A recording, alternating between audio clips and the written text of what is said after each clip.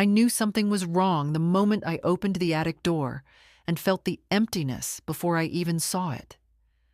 The space where my box had been, my box with 45 years of letters, was bare, a pale square of untouched wood surrounded by dust.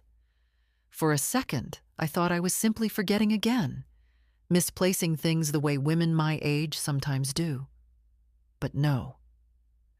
I remembered exactly where I'd left it, and I also remembered the sound I'd heard yesterday evening, faint steps on the attic stairs that weren't mine.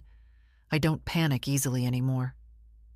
70 years teaches a woman to breathe through almost anything, so I stood still, hands on the railing, letting the truth reach me slowly, the way cold water does when you wade in too far. My letters were gone. All of them. The ones from my mother, written in her delicate script the year she died. The ones from my sister when she moved to Montana. The postcards from my children when they were young and still thought I was magic. And the ones from my husband.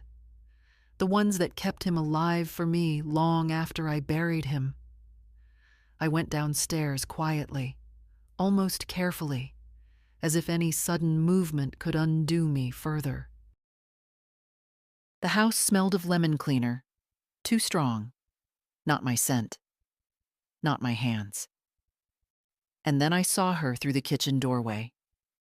Claire, standing by the sink, humming, wiping down the counter with the bright, brisk cheerfulness she only uses when she knows she's crossed a line, but plans to pretend she hasn't.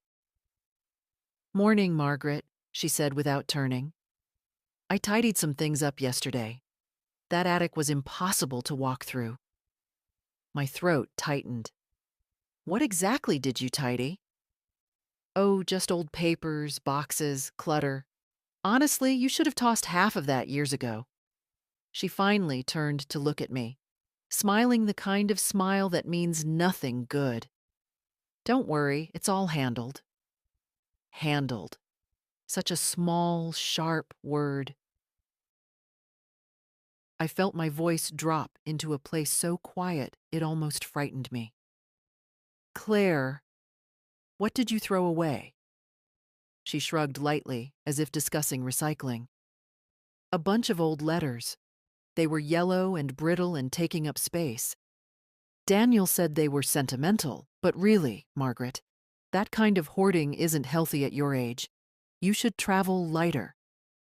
I don't remember sitting down, but suddenly I was in the chair by the window, my hands in my lap, cold despite the morning sun. I heard Claire moving around me, plates, drawers, her careless rhythm, but it sounded distant, like she was in another life, not mine. I didn't shout at her. I didn't accuse. That's never been my way. Silence can reveal more truth than confrontation ever will. And in that silence, I understood something I'd been avoiding for months. Claire didn't simply dislike my letters. She disliked what they meant. Roots. History. The kind of permanence that makes selling a house difficult. She knew about the box. She knew there was one letter inside I guarded more than the rest. She'd asked about it once, too casually to be casual. And now the box was gone. I stood again, slower this time, feeling older than I had yesterday. "Where did you put the things you threw out?" "Oh, the trash truck came this morning," she said, still breezy. "Everything's long gone by now." Long gone. I walked back to the attic later, alone. The empty square on the floor looked like an accusation. But beneath the grief, beneath the shock, there was something steadier rising in me. A quiet, unfamiliar strength. I had lost more than letters today. I had lost the one document my husband had entrusted to me. The one proof that this house, our home, was mine alone. And Claire had known exactly what she was doing. I closed the attic door with a soft click. my hand steady despite everything. Age may weaken the body, but sometimes it hardens the spine. Tomorrow, I would begin finding out just how much of my life they thought they could erase. I spent the rest of the morning moving through my own house like a guest who had arrived without warning. I touched the back of the living room chair, the frame of the hallway mirror, the edge of the kitchen counter, as if each object might steady me or tell me what to do next. Nothing did. Everything felt slightly altered, as though the house itself knew something had been taken from it. Daniel called around noon. He rarely calls at that hour. He's usually racing between meetings. So I answered quickly, hoping for something warm. A small reassurance. A piece of the sun I raised. "Mom," he said, breathless, distracted. "Claire told me you two talked this morning." I felt my shoulders tense. "She threw away my letters, Daniel." There was a pause, but not the kind I wanted, the thoughtful kind, the loving kind. His was the pause of a man calculating the easiest response. "I'm sure she didn't mean anything by it," he finally said. "You know how she gets when she organizes. She's thorough." Thorough. That was one word for it. "They weren't clutter," I said quietly. "They were my life." And one of them, was important. "Important how?" he asked, the impatience leaking in before he could hide it. "Mom, I really don't have time for a long explanation right now." "You never do," I said, before I could stop myself. My voice wasn't angry, just tired, worn the way old paper wears. He sighed sharply. "Look, we were actually going to talk to you about the house. Claire thinks, well, we both think, you might be happier somewhere easier to manage. A condo, maybe. No stairs, no yard. You'd have people around. It's safer." Safer. Another useful word. "And you'd sell this house?" I asked. He hesitated again.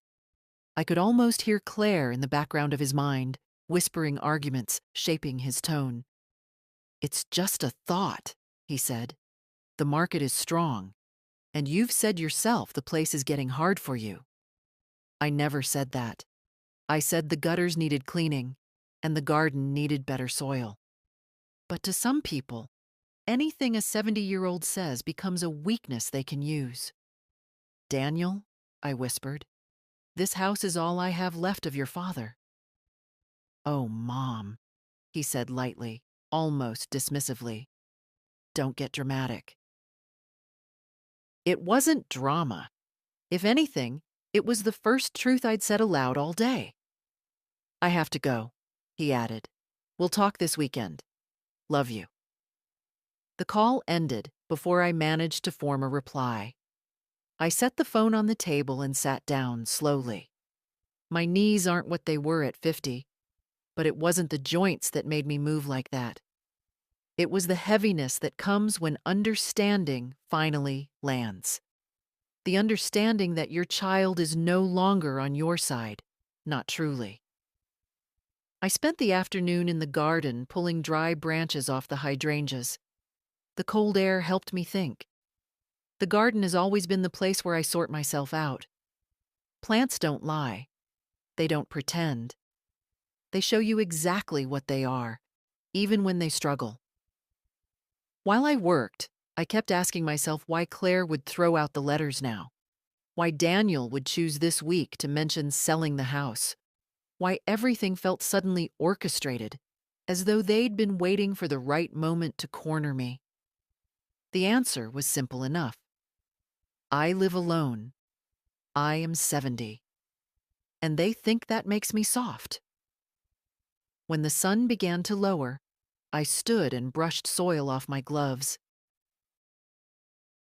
My back ached, just a little, the familiar kind of ache. But beneath it, there was a new feeling, something steady forming inside me, like a slow knot tightening. I went back inside and opened the drawer where I keep my documents. Not the letters. Those were gone. But the rest. Utility statements, pension files, old insurance envelopes. I sifted through everything, searching for anything that might help me rebuild what Claire had destroyed. There was nothing yet. But there would be. Grief held me through the morning. By evening, grief had thinned, and something else had taken its place. Resolve. The quiet kind. The dangerous kind. Tomorrow, I would start looking for help. Someone who remembered my husband's arrangements better than I did. Someone who knew what that missing letter contained. I might be 70, but I was not done. And I would not be moved out of my own life by a woman who never bothered to learn it. I didn't sleep much that night. Not because of worry, though there was plenty of that, but because my mind kept circling the same thought, soft and persistent as a thumb brushing over old paper. He trusted me to keep that letter safe. My husband, my John, a man who never raised his voice, who never hurried his words, who believed that carefulness was a kind of love. I sat at the kitchen table in the early morning light, the quiet kind of light that arrives before the world remembers it has obligations. I made tea, though I barely drank it, and let my fingers trace the steam as if it could tell me something.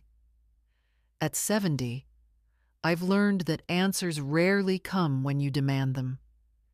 They come when you sit still enough to hear your own memory. So I let myself remember. Not a flashback, not a scene retold like a storybook, but the feeling of that day when John brought the letter home, the weight of his seriousness, the way he placed the envelope in my hands as though it were something fragile and alive. "It's not that I don't trust Daniel," he'd said. "It's that I trust the world even less." He worried about influence, about people with stronger wills than our sons. He said it gently, almost apologetically. John had known, long before I did, that affection doesn't protect a parent from being pushed aside. The attic felt colder this morning, the emptiness harsher. I opened the door again and stood there, looking at the same square of clean floor where the box had rested. You wouldn't think a bit of bare wood could hurt a person, but it did.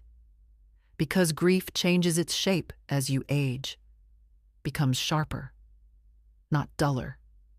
And losing those letters was like losing John for the second time. I closed the attic and went downstairs, moving slowly so my steps wouldn't echo. The house didn't feel like mine, not fully. It felt monitored, assessed, measured. Like Claire was somewhere in the walls, judging what stayed and what didn't. Around 10, I drove into town. My hands trembled only once when I turned the key, but I ignored it. I have never been a woman to let trembling stop me. The road to Pinewood Avenue seemed shorter than usual, maybe because I knew exactly where I was going, and there's comfort in purpose when your life is slipping from under you. The bank was quiet, a few people in line, soft murmurs, the clicking of a printer. Ordinary sounds of an ordinary place. I waited until the young teller finished with another customer, and then stepped forward, careful, polite.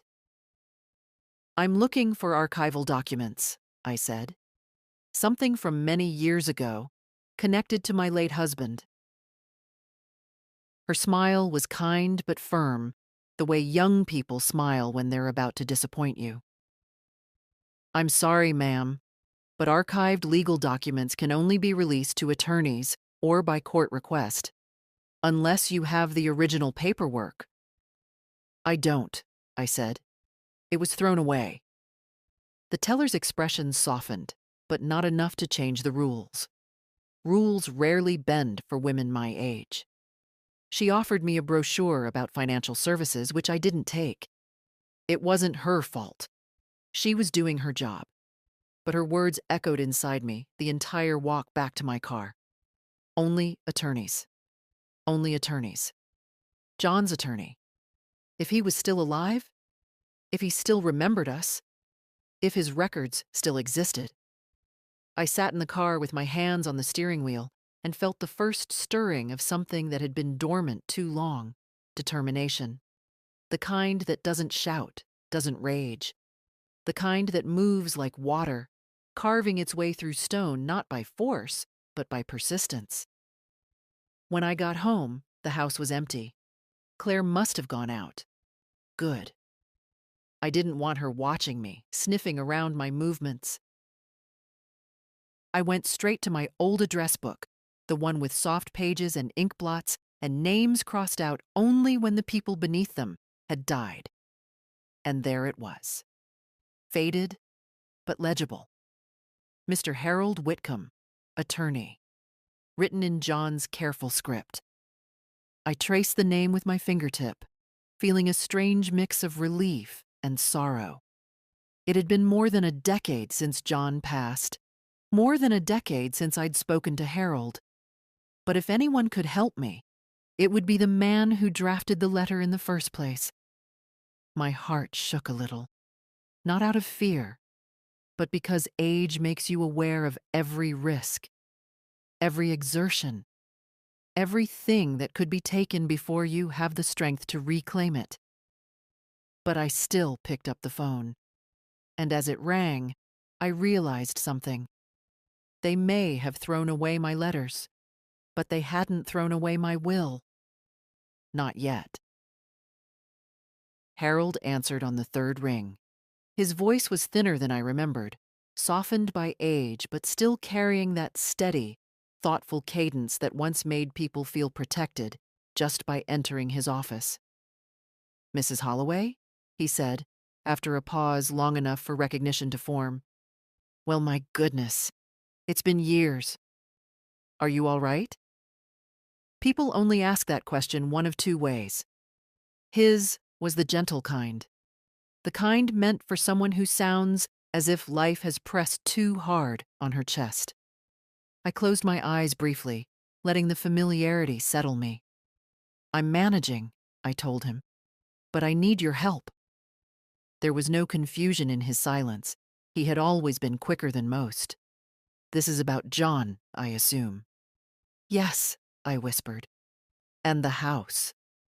A faint rustle came through the line, papers shifting or perhaps his hand brushing against the receiver. "I remember some of it," he said. "But I'm an old man now, Margaret. My memories have frayed like the cuffs on my shirts. Still, come by. We'll see what can be recovered." We set a time for tomorrow. He gave me the address of the assisted living home where he now lived, and I wrote it down slowly, the way my hands insist on writing at this age. Careful, deliberate, no wasted movement. After we hung up, I stayed seated with the phone in my hand.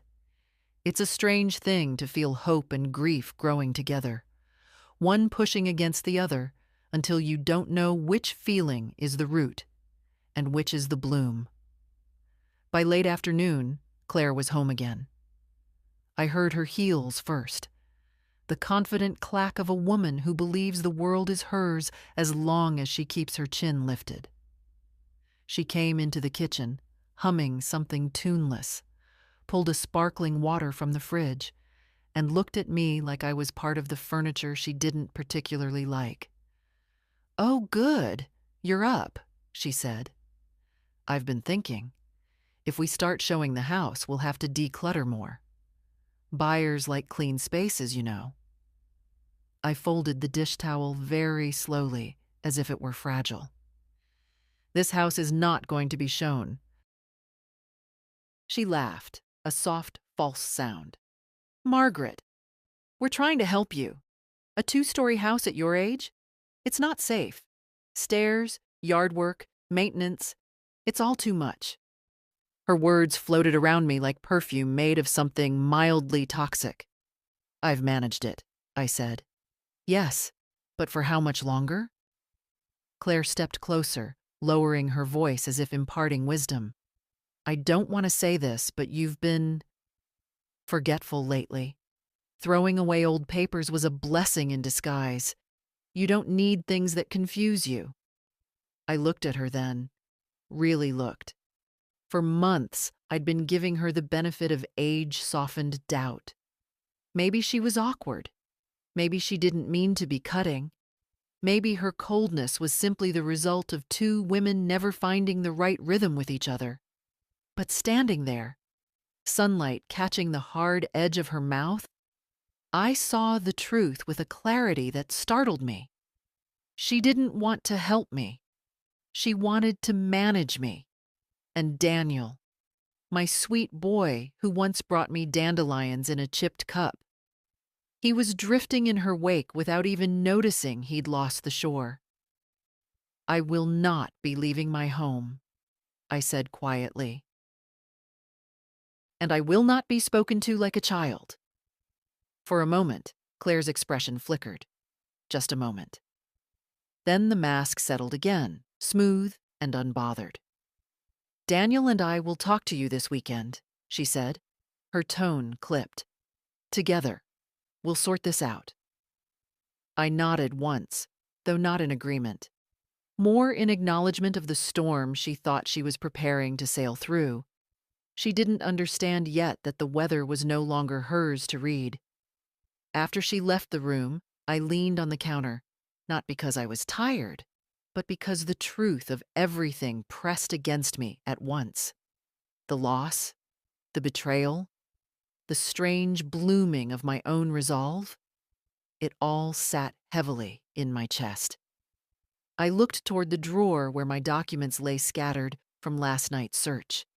Things I'd kept neatly for years, suddenly precious in ways I hadn't foreseen. The letter was gone, yes, but the truth behind it was not. And tomorrow, I would walk into a quiet living facility where a nearly forgotten man still carried a piece of my past, a piece of John, a piece of my defense. At 70, a woman may lose her agility, her stamina, even her patience. But she does not lose her right to fight for her own life. The next morning, I woke earlier than usual. My joints weren't stiff yet, and for a moment I pretended that meant the day would be gentle with me. But gentleness wasn't what I needed anymore. What I needed was clarity and proof, and someone who remembered my husband not as a footnote, but as a man who made careful choices. I dressed slowly. A soft gray sweater, comfortable trousers, the coat John once said made me look capable. Funny what stays with you. At 70, memories cling harder than fabric. The assisted living home sat at the edge of town, surrounded by tall fir trees that looked like guardians from another century. The lobby was warm, smelling faintly of cinnamon and disinfectant. A young receptionist led me down a quiet hallway, our steps muffled by thick carpeting. "Mr. Whitcomb is expecting you," she whispered, as if anything louder might disturb the air. Harold sat near a window, a blanket over his knees, his white hair thinner now but still brushed neatly. When he saw me, his face stirred with recognition, not immediate, but warm, like a photograph slowly coming into focus. "Margaret," he said, "you haven't changed." We both knew that wasn't true, but kindness is also a kind of truth. I sat across from him, folding my hands to keep them steady. He noticed. He had always noticed more than people said aloud. "You sound troubled," he said. "Tell me what's happened." So I did. Not every detail, not every bruise to the heart, just enough for him to understand the gravity. When I told him the letters were gone, something in his expression tightened. "Ah," he murmured. John feared something like this. Not specifically, but generally. Influence can be a quiet thing, Margaret, like water finding cracks. I swallowed hard. Do you still have any of his records? He leaned back slightly, his fingers tapping on the arm of his chair. I remembered that gesture from decades ago, his thinking gesture. The room felt still around us, like we were the only two people left carrying a piece of John's voice. I believe, he said slowly, that I kept a duplicate of the letter you're referring to. I wasn't obligated to, but John asked me to hold on to one. Just in case, he said. My throat tightened. Can it be retrieved? It can, he said, but it may take time. The firm moved buildings after I retired, and some of the old client files were boxed away. I'll need someone to search through the archives. Hope is a fragile thing at 70. Too many decades teach you how easily it can shatter. But I felt something rise in me anyway, soft and trembling. The sense that I wasn't entirely alone in this. Thank you, I whispered. He waved a frail hand. Don't thank me yet. We must find it. And if we do, well, Margaret, you'll have every right to stand your ground. He paused, studying my face. Does your son understand what that house means to you? For a moment, I couldn't speak. I looked at the trees outside the window instead. Tall, old, stubborn enough to still be standing. I don't think he sees me clearly anymore, I finally said. He listens to her more than he listens to himself. Harold nodded, not unkindly. It happens. Marriage changes loyalties, but it shouldn't erase them. We talked a little longer. About John, about the early years of the house, about the careful legal structure my husband set up without ever burdening me with the details. He'd always said he wanted to make life easier for me, not harder. When I rose to leave, Harold reached for my hand. His skin was thin and cool, but his grip still had purpose. You are not a woman who can be pushed out of her own home, he said quietly. Don't let them make you forget that. I walked back to my car with his words echoing through me. Outside, the air was crisp, the kind that wakes your lungs whether you want it to or not. I felt taller than I had yesterday. Not younger, never that, but steadier. When I returned home, Claire was in the living room, talking on the phone. She lowered her voice as soon as she saw me, as if I were a child wandering into an adult's conversation. We'll discuss it this weekend, she said. She's being difficult, that's all. She hung up and gave me that tight smile she uses like a piece of armor. Everything all right with your little errand? My errand, I said softly, concerns this house. She blinked. Just once, a tiny fracture in her confident facade. But I saw it. And for the first time, I didn't feel afraid of her. I didn't feel smaller. I didn't feel like a burden in my own home. I felt like someone who had just begun to reclaim something that had been stolen. Tomorrow, I thought, would be another step. And I was no longer walking quietly for their sake. The next day felt heavier than the last, though the sky was clear and bright in that early spring way that makes everything look slightly sharper than it should. I moved through the house slowly, not out of frailty, but thoughtfulness.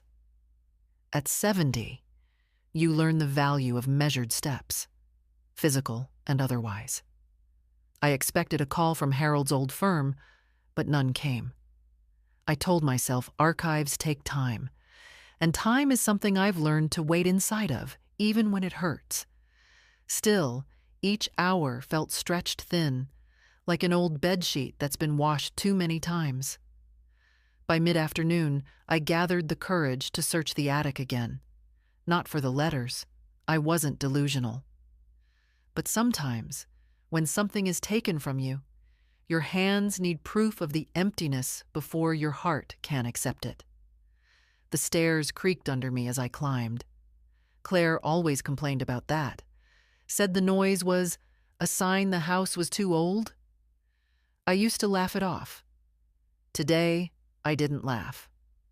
The attic greeted me with silence, as if even the dust knew to tread softly. I stood where the box had sat, touching the outline its absence had left behind.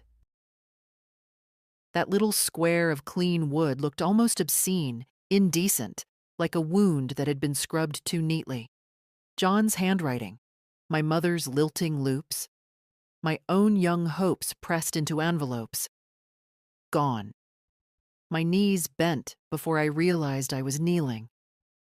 I rested my hand on the floor, not a dramatic gesture, just the posture of a woman acknowledging the truth she never wanted to face. Claire had thrown away part of my life, but that wasn't all she was trying to throw away. I exhaled slowly, gathered myself, and went back downstairs. Claire came home an hour later, loud and cheerful, humming again, a nervous habit disguised as confidence. She was carrying a reusable grocery bag filled with items she liked: sparkling water, a particular kind of almond crackers, a bouquet of white lilies she always bought for herself, under the pretense of brightening the house. She put the flowers in a vase, then smiled at me over her shoulder. I thought these would liven things up here. They're lovely, I said. It was true.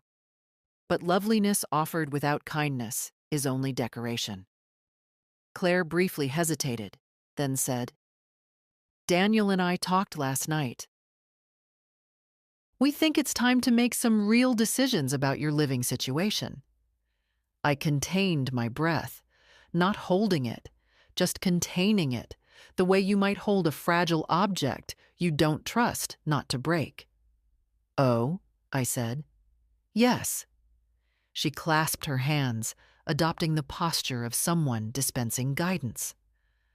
"Look, Margaret, it's obvious that keeping up with this house is becoming too much. The stairs alone. I've managed them for decades," I said. She smiled with the patience of someone speaking to a child. "And decades take their toll. We want you somewhere safer, more practical." Practical, that word again. It made my skin tighten. "And selling the house would help with that," she added, her tone overly casual, as if slipping in a preference she thought I might not notice. "There is no need to sell the house," I said. Her eyes, blue, cold, flickered just slightly. "It's not only about need, Margaret. It's about what makes the most sense. You're alone here. This place is far too big." "It wasn't too big when Daniel grew up in it," I said. "Well," she replied brightly, "people change." I looked at her for a long time, the kind of look a woman gives when she finally stops pretending she doesn't see the thing that's been right in front of her. "You're planning something," I said quietly, "and you thought getting rid of my letters would make it easier." She froze. For just a second, but it was enough. Her face went smooth again, but the truth had already leaked out around the edges. "That's absurd," she scoffed. "They were junk." "No," I said softly. "They were evidence." Her brows drew together, not in confusion, but calculation. She was piecing together which evidence I meant, and what it protected, and why she might want it gone. Before she could speak, the phone rang. I moved to answer it, though Claire reached for it too quickly, as if she wanted control over the conversation before it began. But I got there first. "Mrs. Holloway?" A young, polite voice. "This is Amelia from Whitcomb and Gray. Mr. Whitcomb asked us to call you. We've located the storage catalog for his retired cases. We believe we've found the box containing your husband's documents. We'll need a bit more time, but we're close." My knees nearly softened, but I stayed standing. "Thank you," I said. Claire stood still behind me, listening. I knew she was, and I knew she heard every word. When I hung up, the house felt different. Not safer, not calmer, but balanced, as if the ground under me had shifted in my favor by an inch. Just an inch. But sometimes that's all a woman needs to stop being pushed backward. Claire's voice was a little too bright when she spoke again. So, you're digging into old paperwork now? I'm retrieving what's mine, I said. And for the first time, I watched her step back. Not physically, but in the way a person does when they realize the wall they were trying to corner you into has suddenly vanished. Tomorrow, I thought, would bring answers.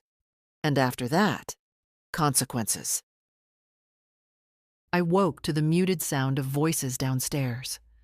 Claire's sharp whisper and Daniel's tired murmur blending into the kind of conversation people have when they don't want the person in the house to hear them. It's strange, isn't it? How the walls of a home grow thinner as you age, as if the house itself has decided you've earned the right to know what's being plotted against you. I lay still for a minute, listening. She's being unreasonable, Daniel, Claire hissed. She's stressed, he replied, but without conviction. We'll talk to her. We have to talk to her. The realtor wants to schedule the walkthrough. We can't keep stalling. I closed my eyes, not in surrender, but in recognition. They weren't discussing possibilities anymore. They were discussing plans. I rose slowly, letting my joints negotiate their usual morning debate. At 70, you don't spring from bed. You negotiate your way out of it. But my steps were steady as I went downstairs. They both fell silent when I entered the kitchen. Claire recovered first. Morning, Margaret. We were just talking about the house. Daniel shot her a warning glance, but it was too late. The realtor wants to come by next week, she continued, if that works for you. I poured myself tea before answering. The sound of the kettle, the click of the cup on the saucer, small, steady domestic noises, calmed me more than their words disturbed me. No, I said. Daniel blinked. No. The timing doesn't work? We can reschedule. No, I repeated. The house will not be shown. Claire let out a breathy, incredulous laugh. Margaret, you're not listening. You can't stay here alone. This place is too much for you. It's not safe. It's not practical. You keep using that word, I said quietly. Practical for whom? Her jaw tightened. Daniel looked down at his hands like a schoolboy caught between guilt and obedience. We're trying to help you, he said. You know that. I know you believe that, I replied. But believing a thing doesn't make it true. Claire stepped toward me, crossing her arms, her favorite stance when cornering someone weaker. I'm going to be very honest, Margaret, she said, her voice low and falsely compassionate. You're becoming forgetful. You're overwhelmed. You don't need a house this size. You need... A keeper? I asked. Her lips parted, then snapped shut. Daniel shifted uncomfortably. Mom, please don't start. I'm not starting anything, I said. I'm simply not agreeing to something that isn't in my interest. Claire's mask slipped, only a fraction, only for a heartbeat. But I saw it. The irritation, the calculation, the knowledge that her path was no longer as smooth as she'd expected. She glanced at Daniel. We should go, she muttered. We'll talk tonight. After they left, the quiet felt heavy. Not peaceful, but loaded, like a room waiting for the next move in a game I never agreed to play. I walked through the house, letting my fingers brush the walls, the furniture, the worn wood of the banister. This place held more of me than they ever would. By afternoon, My thoughts had settled into something hard and clear. I found the small metal box in my closet, the one where John kept the insurance policy, the first receipts for the house, the typed note he left for me the year he got sick. Nothing legal enough to replace the lost letter, but enough to remind me that he had never doubted which one of us would need protection. The phone rang. I expected it to be Daniel, ready for another push. But it wasn't. It was Harold's law firm. "Mrs. Holloway," the young woman said, her voice tinged with the excitement of small but important victories. "We've located Mr. Whitcomb's archival box. It's intact. We'll need a bit more time to examine the contents, but the file you described appears to be included." I felt my breath catch, not sharply, but deeply, like air finding a place it hadn't reached in years. "Thank you," I said. I could barely push the words through. After the call ended, I sat down on the edge of the sofa, letting the weight of relief settle into my bones. It wasn't the end, not yet, but it was the first real step toward reclaiming what Claire thought she had erased. Evening came. The front door opened. Daniel returned alone. He looked exhausted, eyes shadowed, shoulders slumped. My son. My boy. A man pulled in too many directions, with a spine that bent too easily under a voice stronger than his. "Mom," he began, sinking into a chair. "We need to talk." I sat opposite him, not across a battlefield, just across a table. But the distance felt larger than that. He rubbed his forehead. "Claire thinks, well, we think, you're not coping well. You forget things. You misplace things." "That box wasn't misplaced," I said. He hesitated. "I know you think she shouldn't have thrown those papers out, but she didn't do it maliciously. You're blowing it out of proportion." I studied him, really studied him. And for the first time, I realized he didn't understand the situation at all. He wasn't being cruel. He was being blind. "Daniel," I said gently, "you've forgotten who I am." He blinked. "What does that mean?" "It means," I said, "that I am not a woman you can shepherd into a corner. I am not fragile, and I am not leaving my home." He stared at me as though seeing a new person entirely, someone he hadn't accounted for. The conversation ended quietly. He stood, hugged me stiffly, and left. After the door shut, I whispered to myself, to the empty house, to the memory of the man who once stood beside me. I am still here. And tomorrow they would begin to understand what that meant. Lily arrived just after lunch, her knock soft, almost apologetic, as if she sensed the heaviness in the air before stepping inside. She's 21, studying sociology, always observing the world with that quiet, earnest curiosity I recognize from my own youth, back when I believed understanding people meant you could protect yourself from them. I know better now, but I still admire the way she tries. "Grandma?" she called. "It's just me." "Come in, sweetheart," I said, relieved to hear a voice that didn't bristle with plans for my future. She stepped into the kitchen, cheeks pink from the cold, a strand of dark hair escaping her braid. Her eyes scanned my face the way only someone who loves you can, gently, but truthfully. "You look tired," she said. "I've had a busy week." I tried to smile. "Sit. I'll make tea." She didn't argue, just shrugged off her coat and settled at the table. Some people fill a room with noise. Lily fills it with steadiness. I set the kettle on the stove, the familiar whistle eventually rising like a cue for both of us to breathe. When I sat across from her with 2 mugs, she didn't wait long. "Dad called me," she said. "He and Claire, they're talking about selling the house." I stirred my tea slowly. "Yes, They're talking. Do you want that? No, I said, and the firmness of my voice surprised even me. Lily looked down at her mug for a moment, then back at me. Grandma, what's really going on?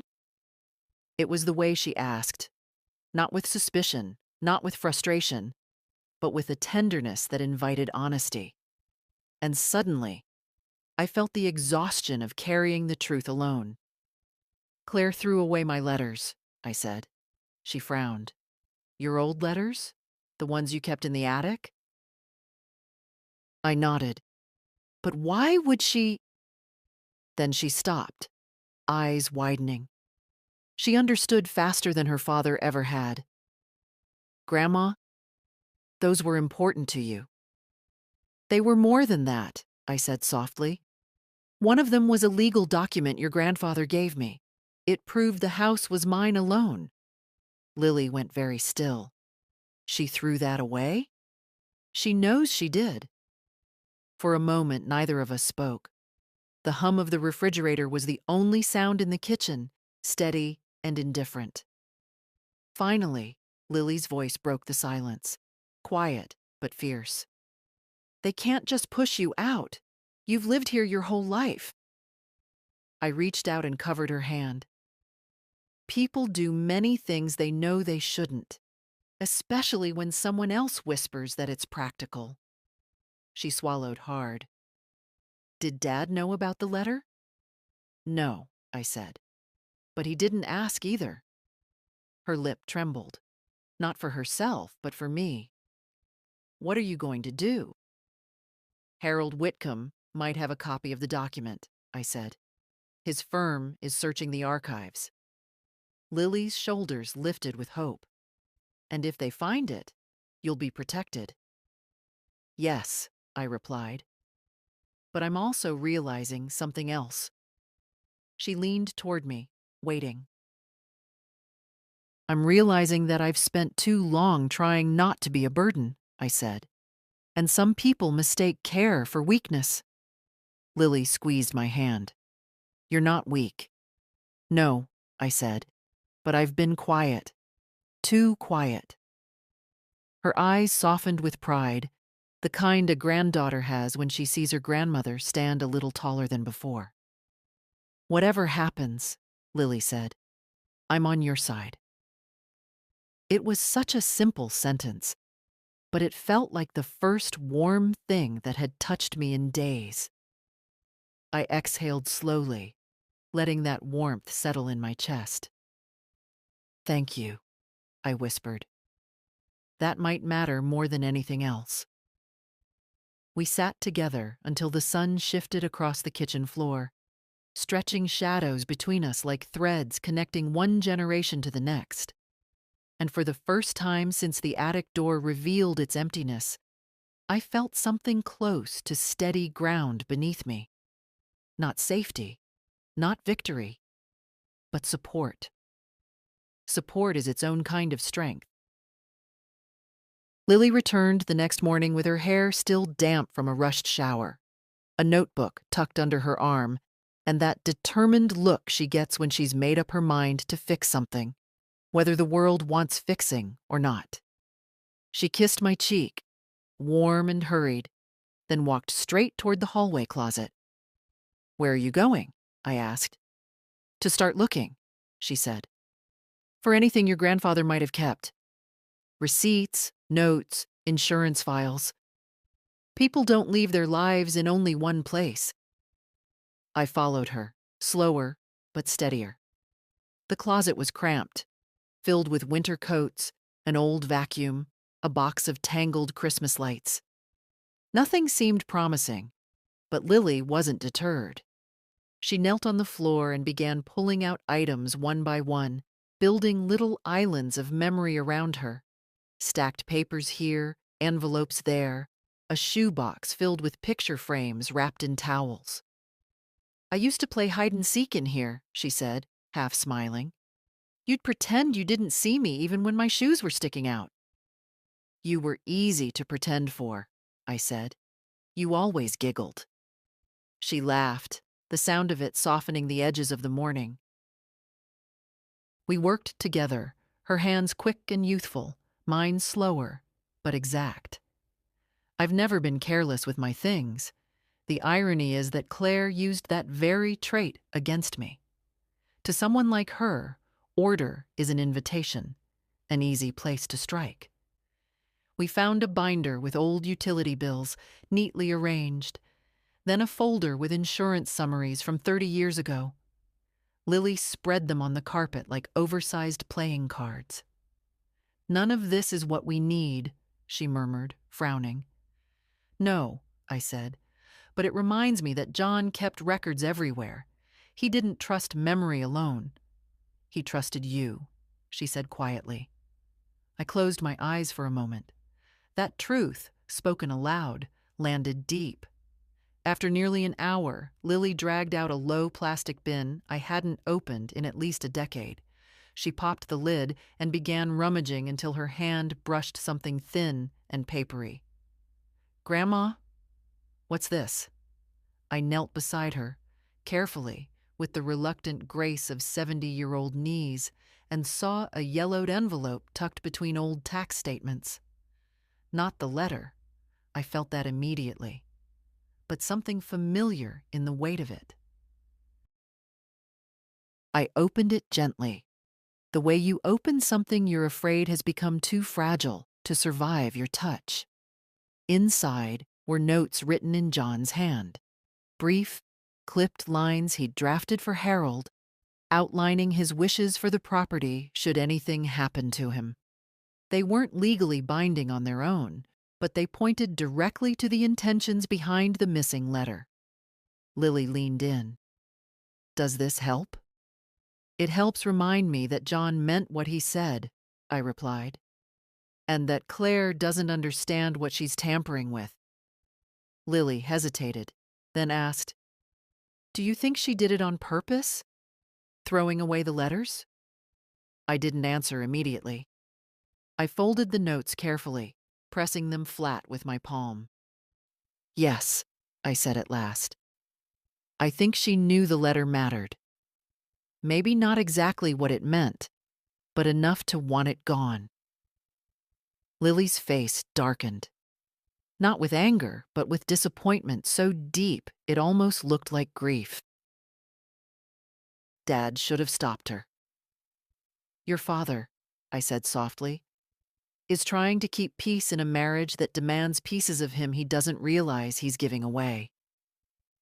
We sat in silence for a moment, surrounded by scattered papers, remnants of lives lived quietly without the expectation that someone would someday try to erase them. Lily took a breath. "Grandma, whatever happens, you're not doing this alone." I felt something warm spread through my ribs, like a small light filling the hollowed-out places the last few days had carved in me. Strength can come from within, yes.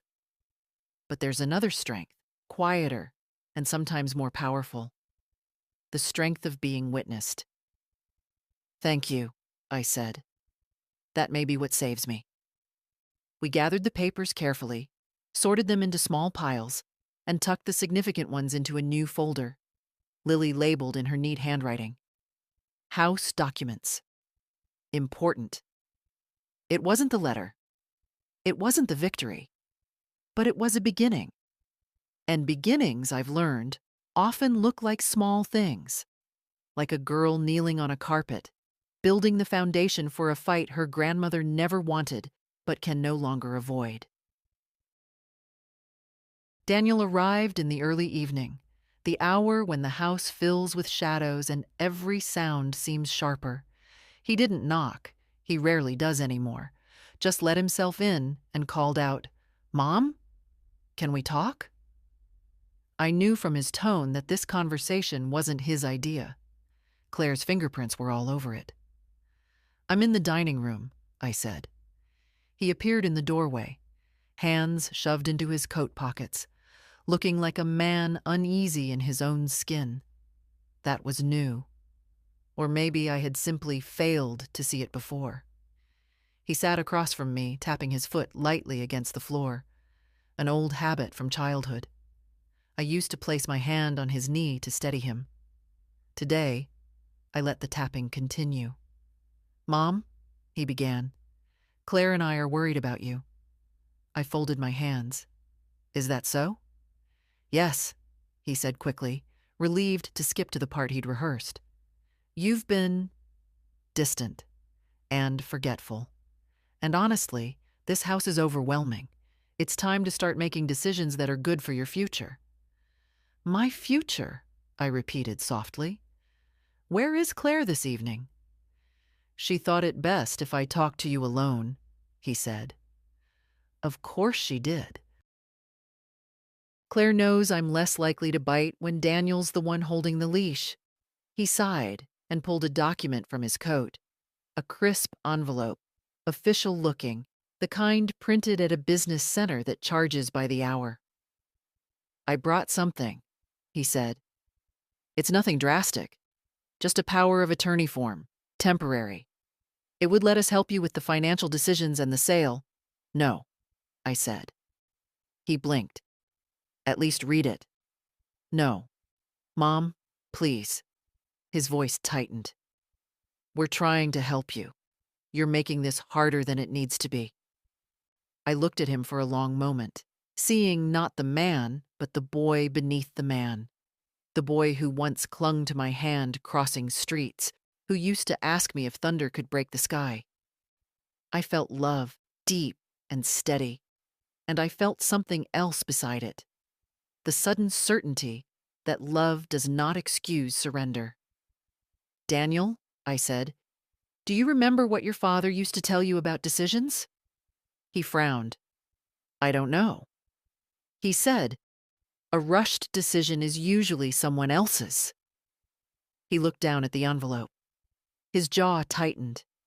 "Claire didn't rush anything," he muttered. "She's practical." "There's that word again," I said. "Practical." "Because that's what this is," he snapped. "You're 70.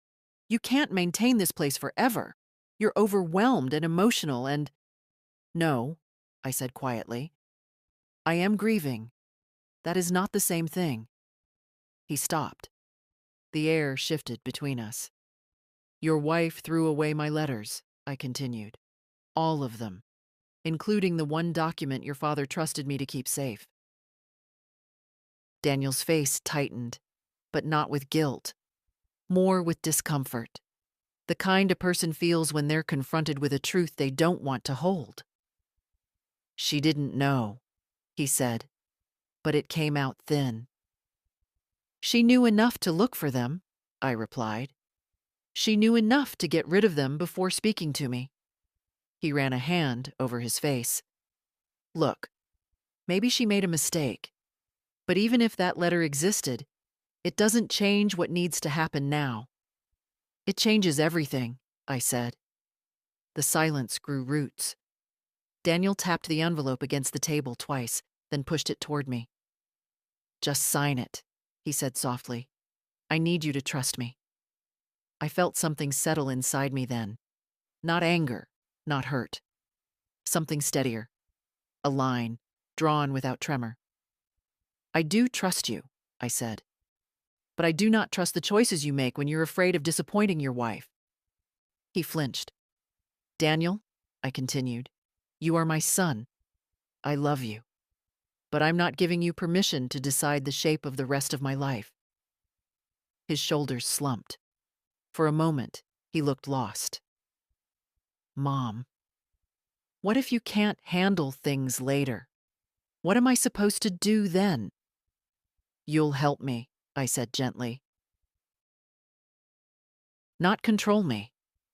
He looked down at the form again, and for the first time, he didn't try to push it closer. After a long minute, he folded it back into the envelope and stood. "I should go," he murmured. "There's something you should know," I said. "Mr. Whitcomb's firm found the archival box. They believe your father's document is inside." Daniel froze. I watched the realization spread across his face, slow, cold, unavoidable. "Claire isn't going to like that," he said quietly. "No," I replied. She isn't. He nodded once, a defeated little motion, then left without another word. The door closed. I exhaled. A woman can be quiet for 70 years, but when she decides to take back her voice, the whole house hears it. The call came just after breakfast, while the light was still soft enough to make the kitchen look gentler than it felt. I wasn't expecting it. Not today. Not this soon. When the phone rang, my first thought was that it would be Daniel again, worn down by the conversation we'd had, searching for a way back to the version of his mother who never pushed back. But it wasn't Daniel. Mrs. Holloway? The young woman's voice from the law firm. Amelia.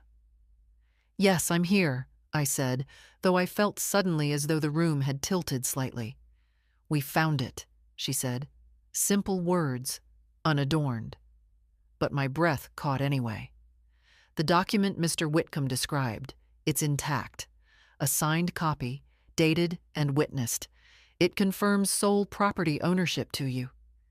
I sank into a chair without meaning to, my hand gripping the edge of the table. For a moment, 70 years collapsed into one single sharp truth. John had believed I would need this protection. And he'd been right. Amelia continued. We're preparing a formal packet. It will be ready for pickup tomorrow, or we can send someone to deliver it. I'll come, I whispered. I want to come. After the call ended, I stayed seated for a long moment, letting the weight of relief settle slowly, cautiously, like a bird testing whether a branch can hold it. And when it held, I closed my eyes. John's voice rose in memory, not the sound of it, but the steadiness. Just in case, Margaret. He always planned for storms even when skies were clear. By afternoon, the house felt different. Not safer. No. Claire's shadow still skimmed the walls, but less like a battlefield I walked barefoot across. I made stew, not out of hunger but habit, something grounding to do with my hands while my mind moved elsewhere. That was when Claire walked in. She didn't bother pretending to be cheerful today. Her heels struck the floor in sharp, controlled taps, and she stopped just inside the kitchen, arms folded, expression stiff. Daniel told me you won't sign the paperwork, she said. I won't, I replied. Her jaw flexed, then tightened into that thin line she thinks makes her look composed. It only makes her look determined to get her way. Margaret, you're being stubborn. This is irrational. You're making decisions based on emotion, not practicality. Emotion, I said softly, is what people fall back on when practicality is being used to disguise pressure. She scoffed. Pressure? We're trying to do what's best for you. No, I replied. You're trying to do what's easiest for you. Her eyes narrowed, not in anger, but calculation. Daniel is exhausted. You're putting him through so much. This is becoming too complicated for you? I asked. She inhaled sharply, and in that breath, I saw something I'd suspected, but never fully grasped until now. Claire wasn't simply trying to manage me. She was trying to erase any obstacle between herself and whatever future she had imagined, one where my presence was either minimized or removed entirely. You can't hold on to this house forever, she said. It's unrealistic, and frankly, unsafe. At your age, Claire, I interrupted, your concern for my safety is noted and rejected. Her lips parted, but nothing came out. I continued. John arranged legal protections. They are being recovered as we speak. The reaction was immediate, a tiny step backward, so slight most people wouldn't notice. But I did. The faintest widening of her eyes, the tension creeping into her shoulders. She had not expected this. She had expected a woman with no defense. What kind of protections? She asked, too casually. The kind, I said, that makes selling this house without my consent impossible. Her face hardened. You're making a mistake. No, I replied. I'm correcting one. She turned sharply, walking out without another word. Her perfume lingered in the doorway, sharp, intrusive, like the wake of someone who wants the final word but can't find it. That evening, Daniel called again. His voice sounded quieter, worn thin at the edges. Mom, Claire said you were threatening legal action. I said no such thing, I answered. I simply stated the truth. He sighed. She's upset. She's upset because her plans are changing, I said. Not because she cares about me. He didn't argue. Not because he agreed, but because he could no longer deny how reasonable my voice sounded. Steady, calm, unshaking. Mom, he whispered. What happens now? Now, I said gently. We wait for the truth to come home. He didn't know what that meant, but he would. Tomorrow, I would walk into the law office and hold the document that proved what I'd known all along. I was not just the aging woman in the house. I was the owner of it, and no one, especially not the woman trying to tidy me out of her way, would take it from me. I didn't dress up for the meeting. At 70, you stop adorning yourself for validation and start dressing for steadiness. A dark cardigan, comfortable shoes, my hair combed back. I wanted to look like myself. Nothing more, nothing less. The law office was small, tucked between a dentist and a real estate agency, with a brass bell on the door that chimed softly when I entered. A young man greeted me, then guided me to a private room where Amelia waited with a slim folder placed carefully in front of her, like something delicate. Mrs. Holloway, she said, smiling warmly, we found everything Mr. Whitcomb remembered. She slid the folder toward me. My hands didn't tremble, but they felt heavy, as if they understood the weight before they even touched the paper. Inside was the duplicate letter. John's handwriting, Harold's signature, a witness line, and clear, unambiguous language stating that the house, our house, belonged solely to me. For a moment, I didn't breathe. It wasn't victory I felt. It was recognition. A quiet acknowledgement from the past that I had not imagined the love and care John left behind, that I had not misplaced protection, that I had not failed him. Amelia explained the next steps: notarized copies, the process of reaffirming ownership with the county, instructions for what to do if anyone attempted to challenge it. Her voice was gentle, reassuring, but I hardly heard the details. I was tracing John's name with the edge of my thumb, the curve of his J, the firmness of his pen. Proof of a promise he made when he still believed our son would always stand with me. When I finally left the office, the wind felt sharper, the sun brighter. I drove home slowly, letting the world move around me while I held the folder close, as though it might slip away if I eased my grip. Claire's car was already in the driveway. Of course it was. She was standing in the living room when I walked in, arms tightly crossed, her voice taut with impatience. Daniel said you went to some lawyer today. What exactly are you planning?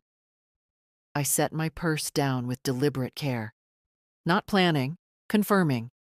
Her jaw tightened. Margaret, enough with the cryptic answers. I opened the folder and placed the letter on the coffee table between us.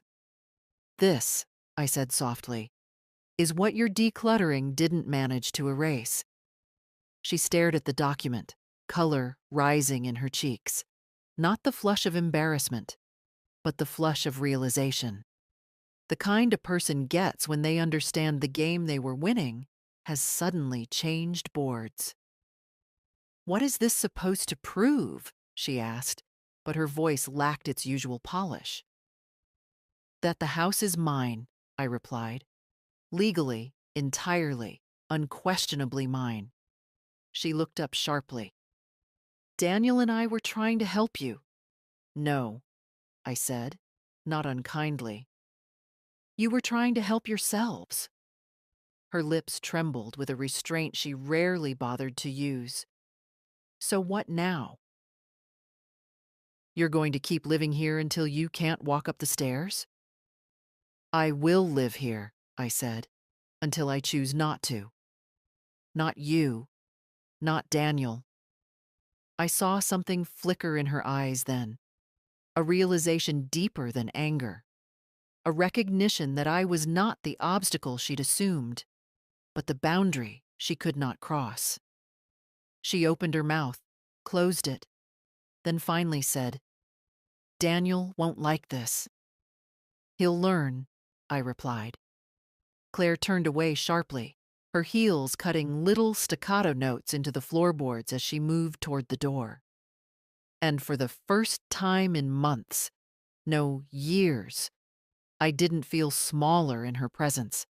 I felt exactly my size.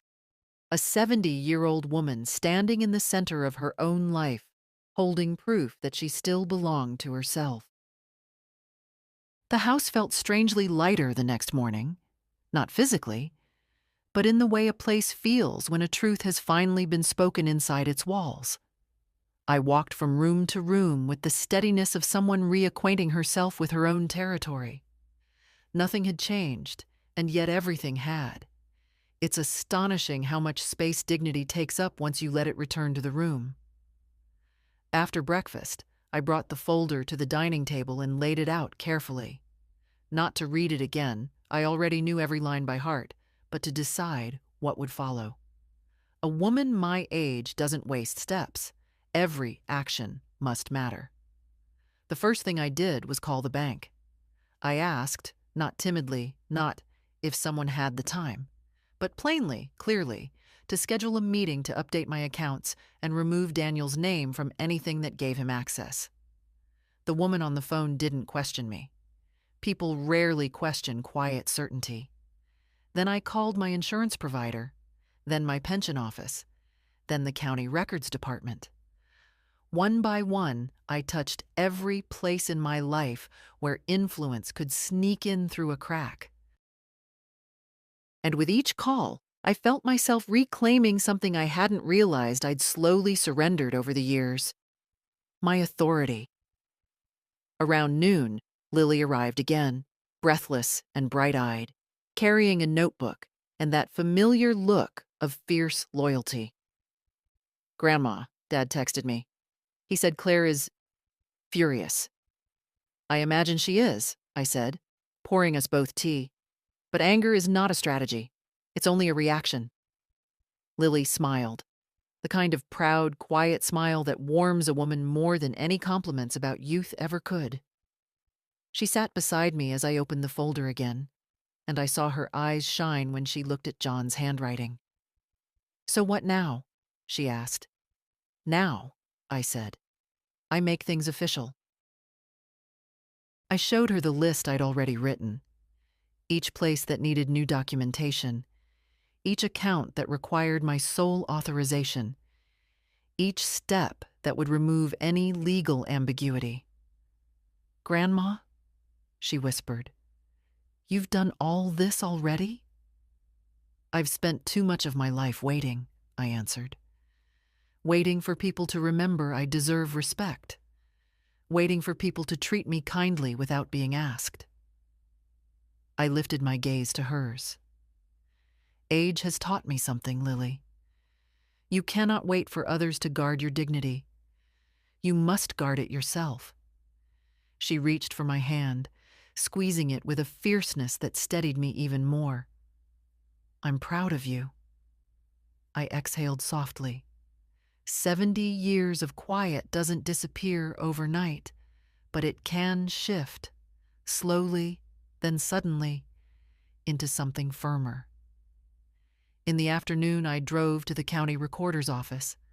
A young clerk notarized the updated documents, scanning everything twice, then 3 times, treating the letter as though it were a relic from another era. In a way, it was.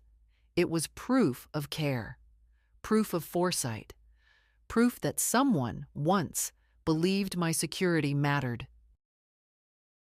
When I left the building, the sky was overcast, but I felt lighter than I had in months, maybe years.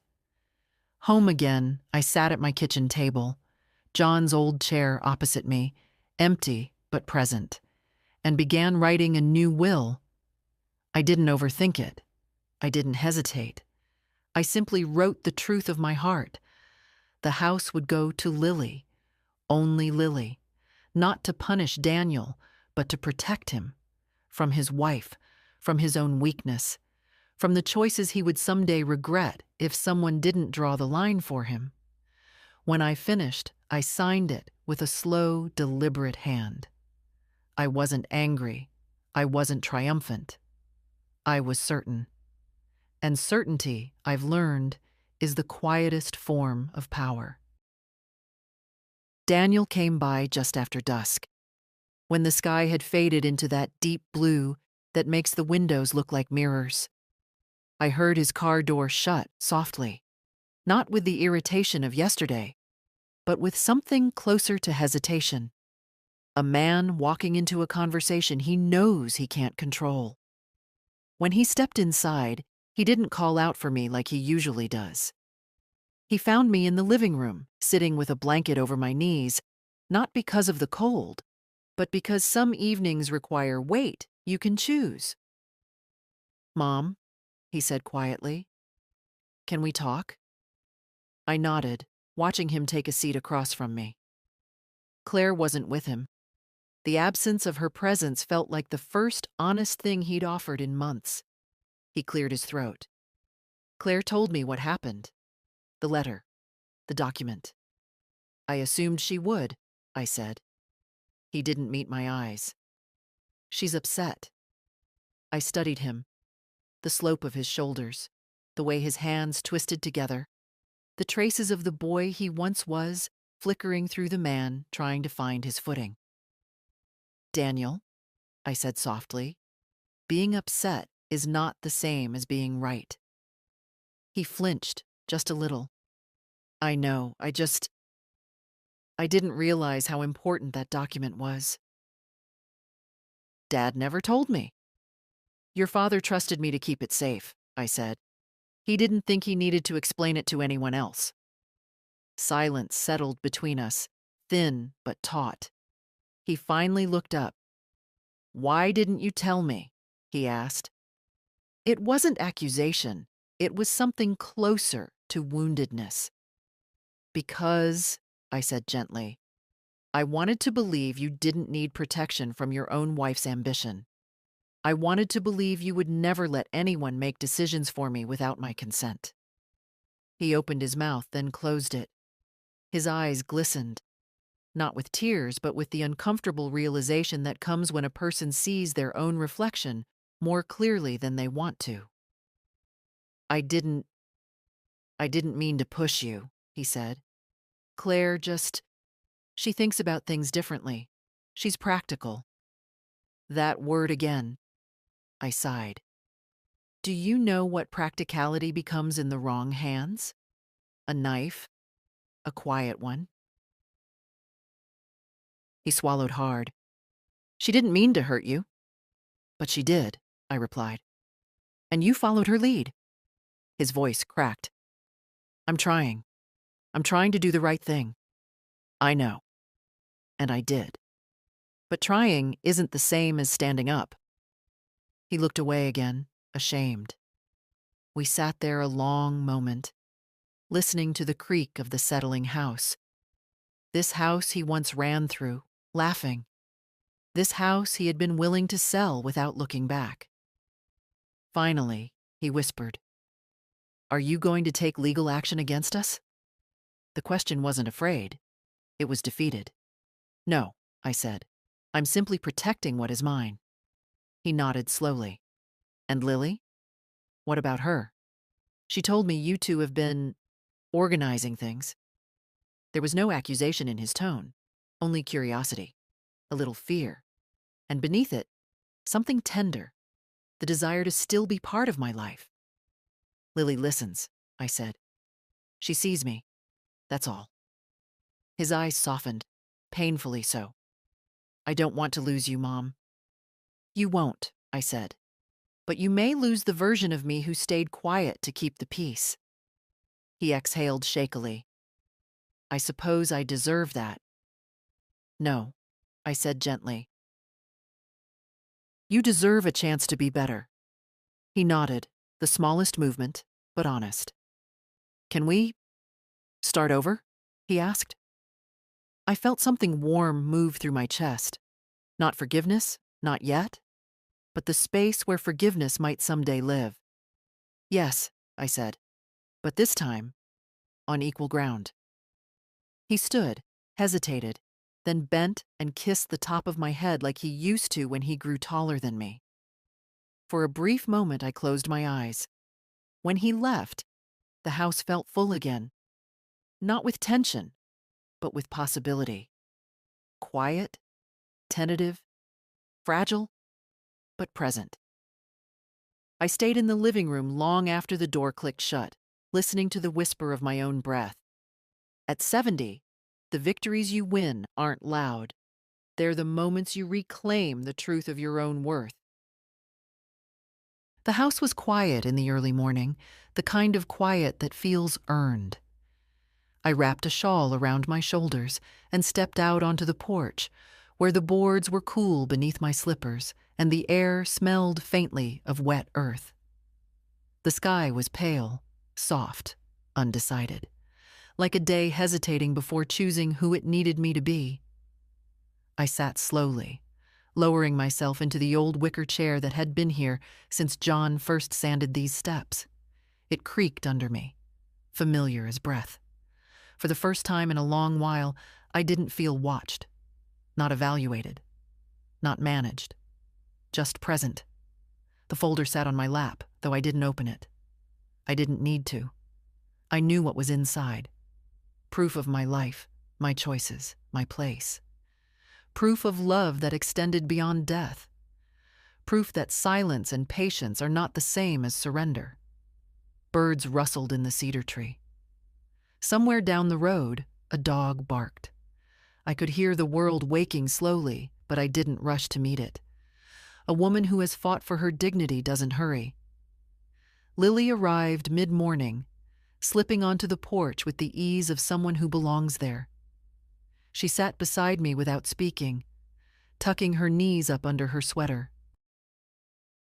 Dad called, she said after a while. He told me he's giving you space. That's kind of him, I replied. It's more than he wanted to do, she said. But he's trying. Yes, I agreed. Trying matters. It's the only bridge people can still cross after they've lost their way. She looked at the yard, the old maple, the cracked bird bath John once insisted on fixing, but never did. You're keeping it, she said softly. The house. I'm keeping myself, I answered. The house is simply where that begins. She turned to me, eyes warm. I'm glad you didn't let them take it from you. I didn't let them take me, I corrected. The house was never the true battle. She nodded, thoughtful. Then she rested her head lightly against my shoulder, and for a moment we breathed as one. Two women, two generations, both learning in different ways how to hold their ground. Later, after she left, I walked through each room, touching the walls, the corners, the door frames. Not out of sentimentality, but acknowledgement. These rooms had witnessed my quiet years.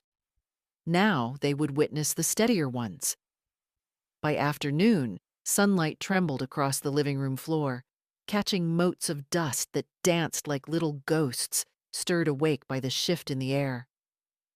I opened the windows, letting the breeze move through the house freely, as if it too had been waiting for permission. Daniel hadn't stopped by again. Not yet. But when he does, I know the tone will be different. Not submissive, not apologetic, but aware. Aware that his mother is not someone to be guided out of her own life. As the sun began to lower, I returned to the porch and sat once more. The chair creaked again, the same old song. I rested my hands on the armrests and let the quiet settle around me like a warm shawl. There's a kind of victory that doesn't shout, a kind that doesn't triumph over others but simply restores you to yourself. That's the kind I earned, not through anger, not through revenge, but through refusal, gentle, immovable refusal, to disappear.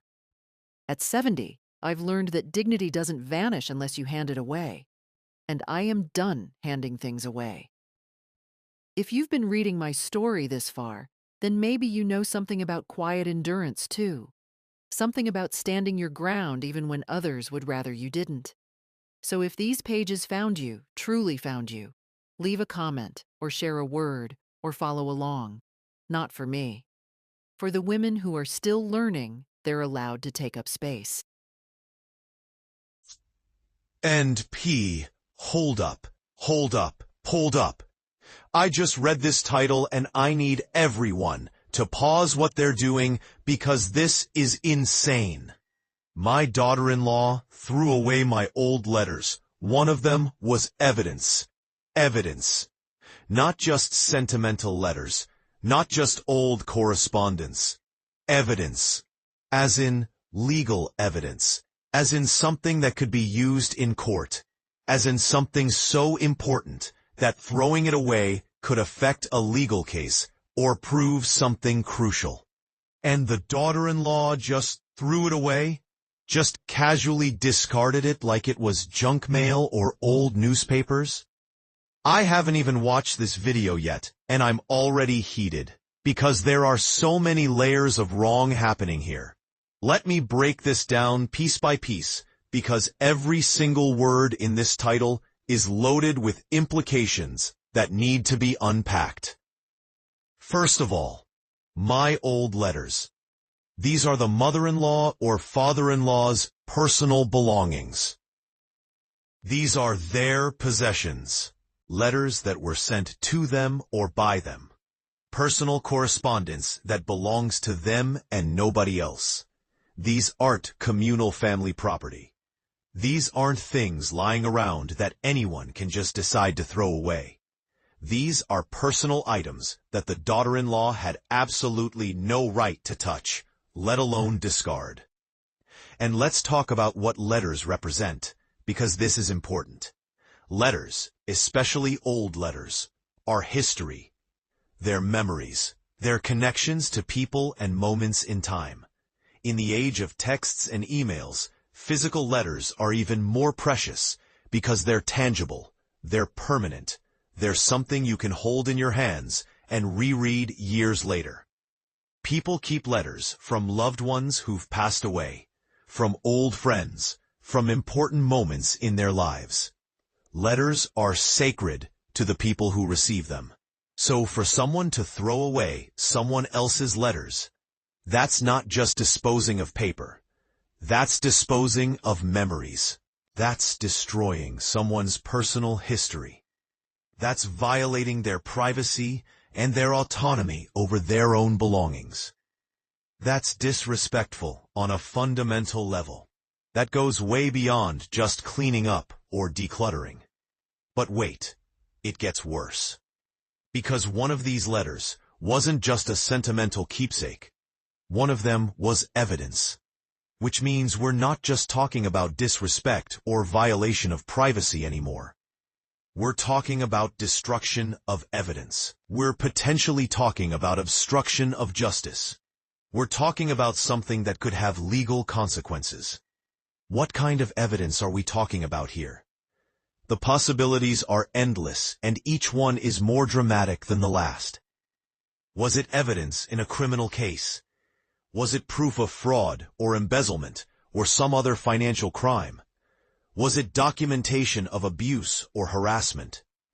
Was it evidence in a civil lawsuit? Was it proof of an affair or paternity or some other family secret? Was it documentation of property ownership or inheritance rights?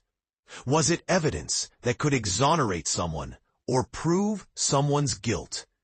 Whatever it was important. Important enough that its destruction is worth making a video about. Important enough that the loss of it has significant consequences. And the daughter-in-law just threw it away like it was trash. Now let me talk about the daughter-in-law's actions here. Because there are two possibilities, and both of them are bad. Possibility 1. She didn't know one of the letters was evidence. She just saw a bunch of old letters and decided they were junk, and threw them all away without asking. That's disrespectful, invasive, and shows a complete lack of regard for other people's belongings. But at least it's not malicious. Possibility 2. She knew one of the letters was evidence, and threw it away anyway. Maybe she knew exactly which letter it was, and that's why she threw it away. Maybe she was trying to destroy evidence that was damaging to her or her interests. Maybe she was trying to protect someone or harm someone by getting rid of that evidence. If this is the case, we're not just talking about disrespect. We're talking about a crime. We're talking about deliberate destruction of evidence, which is illegal and could result in serious legal consequences. Either way, whether it was ignorance or malice, the outcome is the same. The evidence is gone. And depending on what that evidence was and why it was needed, the consequences could be catastrophic. I'm sitting here trying to imagine the scenario where the daughter-in-law found these letters. Where were they? Were they in a box in the attic? Were they in a drawer in the mother-in-law's room? Were they in storage? And what made the daughter-in-law think she had the right to go through them and make decisions about whether to keep or discard them? Because here's the thing.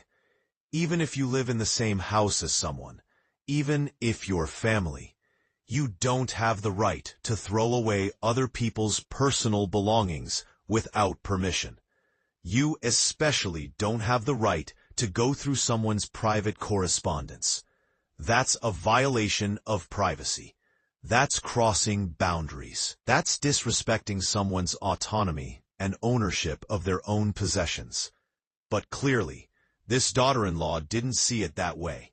Or maybe she did see it that way, and she didn't care. Maybe she's one of those people who thinks that living in the same house means everything is communal property. Maybe she's one of those people who thinks elderly relatives don't deserve privacy or autonomy. Maybe she's one of those people who makes decisions unilaterally without consulting anyone else. Or maybe, and this is the darkest possibility, she specifically wanted to destroy that evidence and used cleaning or decluttering as an excuse. Let's talk about the moment when the mother-in-law or father-in-law discovered their letters were gone. Can you imagine that feeling? That moment of panic when you realize something important is missing. That moment of searching frantically through drawers and boxes, thinking, I know they were here. Where did they go? And then finding out, or suspecting, that someone threw them away? That's violation. That's betrayal. That's the sick feeling in your stomach when you realize someone you trusted, someone in your own family, destroyed something precious to you without even asking. And if they didn't know about the evidence letter at first, imagine the additional panic when they remembered, oh my God, one of those letters was evidence. I need that letter. Where is it? What have you done? And then having to confront the daughter-in-law. Did you throw away my letters? And maybe she acts innocent. Oh, those old letters? Yeah, I threw them out. They were just taking up space. just taking up space, like decades of correspondence and memories and legal evidence are just clutter to be disposed of at her convenience. Or maybe she tries to justify it. I was helping clean up.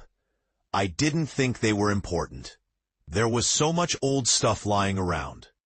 All the classic excuses people use when they overstep boundaries and don't want to take responsibility for their actions. But none of those excuses matter when you've destroyed evidence.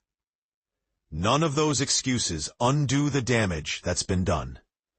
Now, let's think about the legal implications here.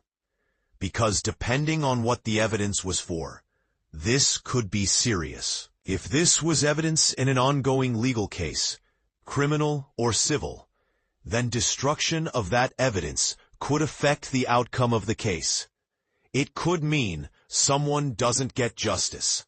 It could mean someone gets away with a crime. It could mean money is lost in a civil suit.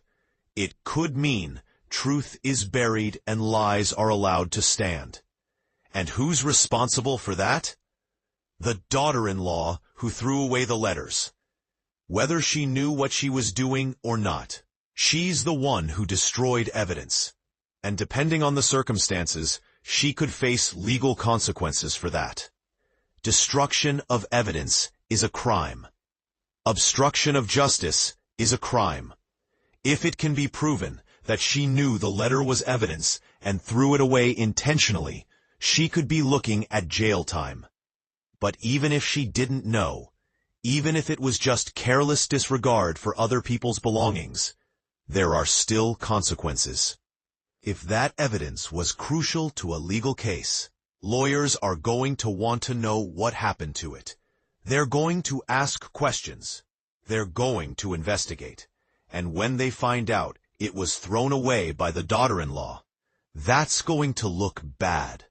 It's going to raise questions about whether it was intentional. It's going to create suspicion and doubt.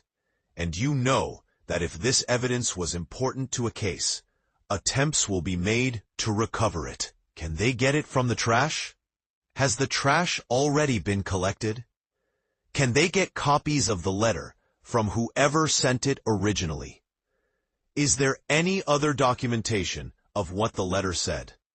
Every lawyer involved is probably scrambling right now, trying to figure out how to salvage this situation and whether there's any way to recreate or recover the lost evidence. Let me also talk about what this does to family dynamics. Because the legal stuff is just one aspect. The trust that's been broken here is massive. The mother-in-law or father-in-law now knows that their daughter-in-law will go through their personal belongings and throw things away without permission. They know they can't trust her to respect their privacy or their possessions.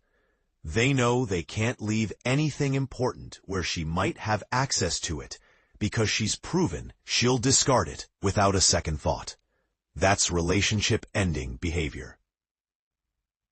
That's the kind of thing that creates permanent rifts in families.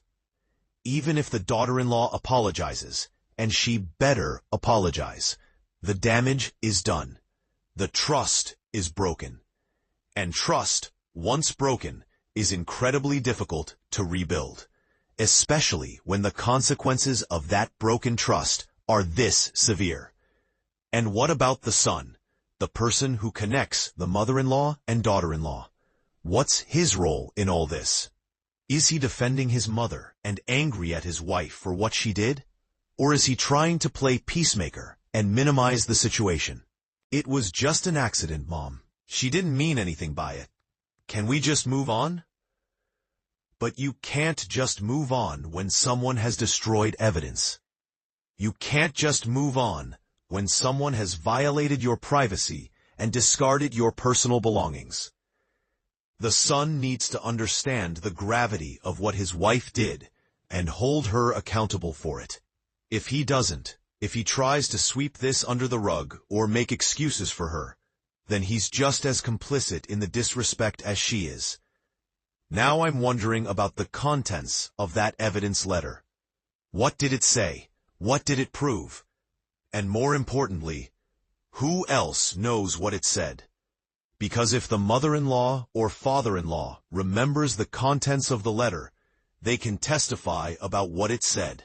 If there are other people who saw the letter or know about its contents, they can corroborate the testimony. If there are copies somewhere, or if the sender kept a copy, that can be used. So while the physical letter might be gone, the information in the letter might not be completely lost. It just becomes a matter of proving its authenticity and contents without the original document, which is harder, but not always impossible. Legal teams are probably working on this right now if the evidence is important enough. But the fact remains, it should never have come to this. That letter should still exist. It should be in the mother-in-law's or father-in-law's possession, where it belongs. But because the daughter-in-law overstepped her bounds and threw away things that weren't hers to throw away, now there's a whole crisis to deal with. Let me address something else. The audacity of going through someone's letters. Letters are personal. They're private correspondence between two people. Reading someone else's letters without permission is like reading their diary or going through their phone. It's an invasion of privacy that most people instinctively understand is wrong. So what made the daughter-in-law think it was okay to not just read these letters, but to throw them away? What level of disrespect and lack of boundaries does someone have to think that's acceptable behavior? And was this the first time she's done something like this? Or is this part of a pattern of not respecting the mother-in-law's or father-in-law's belongings and boundaries? I'm willing to bet this isn't the first boundary violation.